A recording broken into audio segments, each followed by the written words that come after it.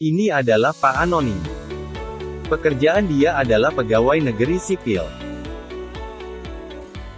Saat Pak Anonim sedang asik bekerja, atasan Pak Anonim datang untuk memberi pekerjaan kepadanya. Dia diminta untuk membeli sejumlah kursi untuk pegawai, karena kursi lama sudah mulai tidak nyaman digunakan.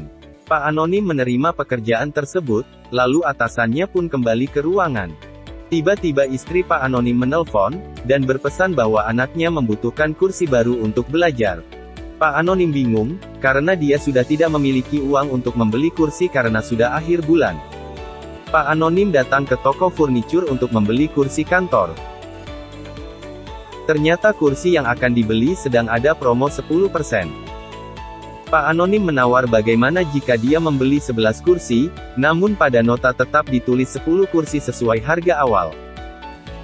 Pemilik toko pun setuju, dan Pak Anonim sangat senang. Pak Anonim pun membawa 10 kursi yang diminta oleh atasannya ke kantor. Atasan Pak Anonim datang dan mengecek kursi yang dibeli, lalu berterima kasih kepada Pak Anonim. Pak Anonim pulang dengan membawa satu kursi yang dia beli tadi menggunakan uang kantornya. Pak Anonim menjelaskan ke anaknya bahwa ini kursi gratis dari kantornya.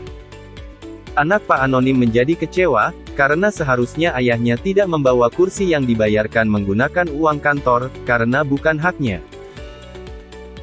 Menurut anaknya hal ini termasuk dalam tindakan korupsi. Anak Pak Anonim meminta kepada ayahnya untuk mengembalikan kursi itu dan melaporkan kejadian sebenarnya kepada atasannya.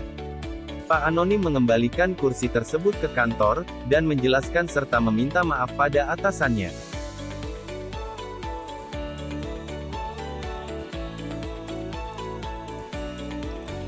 Pengertian korupsi menurut Undang-Undang Nomor 31 Tahun 1999, Junto Undang-Undang Nomor 20 Tahun 2001 tentang Pemberantasan Tindak Pidana Korupsi adalah tindakan melawan hukum dengan maksud memperkaya diri sendiri, orang lain, atau korupsi yang berakibat merugikan negara atau perekonomian negara. Secara gamblang dalam Undang-Undang Nomor 31 Tahun 1999, Junto Undang-Undang Nomor 20 Tahun 2001, tindak pidana korupsi dijelaskan dalam 13 pasal. Berdasarkan pasal-pasal tersebut, korupsi dirumuskan ke dalam 30 bentuk atau jenis tindak pidana korupsi. Dan dari 30 jenis tindak pidana korupsi pada dasarnya dikelompokkan dalam 7 kelompok pidana korupsi dan tindak pidana lain yang berkaitan dengan tindak pidana korupsi, yakni sebagai berikut. 1. Kerugian keuangan negara secara melawan hukum melakukan perbuatan memperkaya diri sendiri atau orang lain atau korporasi. Pelakunya memiliki tujuan menguntungkan diri sendiri serta menyalahgunakan kewenangan, kesempatan, atau sarana yang ada. 2. Suap menyuap, memberi atau menjanjikan sesuatu kepada aparatur sipil negara, penyelenggara negara, hakim, atau advokat dengan maksud supaya berbuat sesuatu atau tidak berbuat sesuatu dalam jabatannya. Suap menyuap bisa terjadi antar pegawai maupun pegawai dengan pihak luar. 3. Penggelapan dalam jabatan. Tindakan dengan sengaja menggelapkan uang atau surat berharga, atau melakukan pemalsuan buku-buku atau daftar-daftar yang khusus untuk pemeriksaan administrasi. Contoh, penggelapan dalam jabatan adalah penegakan hukum, merobek dan menghancurkan barang bukti suap untuk melindungi pemberi suap. 4. Pemerasan. Pegawai negeri atau penyelenggara negara menguntungkan diri sendiri atau orang lain secara melawan hukum, atau dengan menyalahgunakan kekuasaannya memaksa seseorang memberikan sesuatu, membayar, atau menerima pembayaran dengan potongan atau untuk mengerjakan sesuatu bagi dirinya sendiri. 5. Perbuatan curang.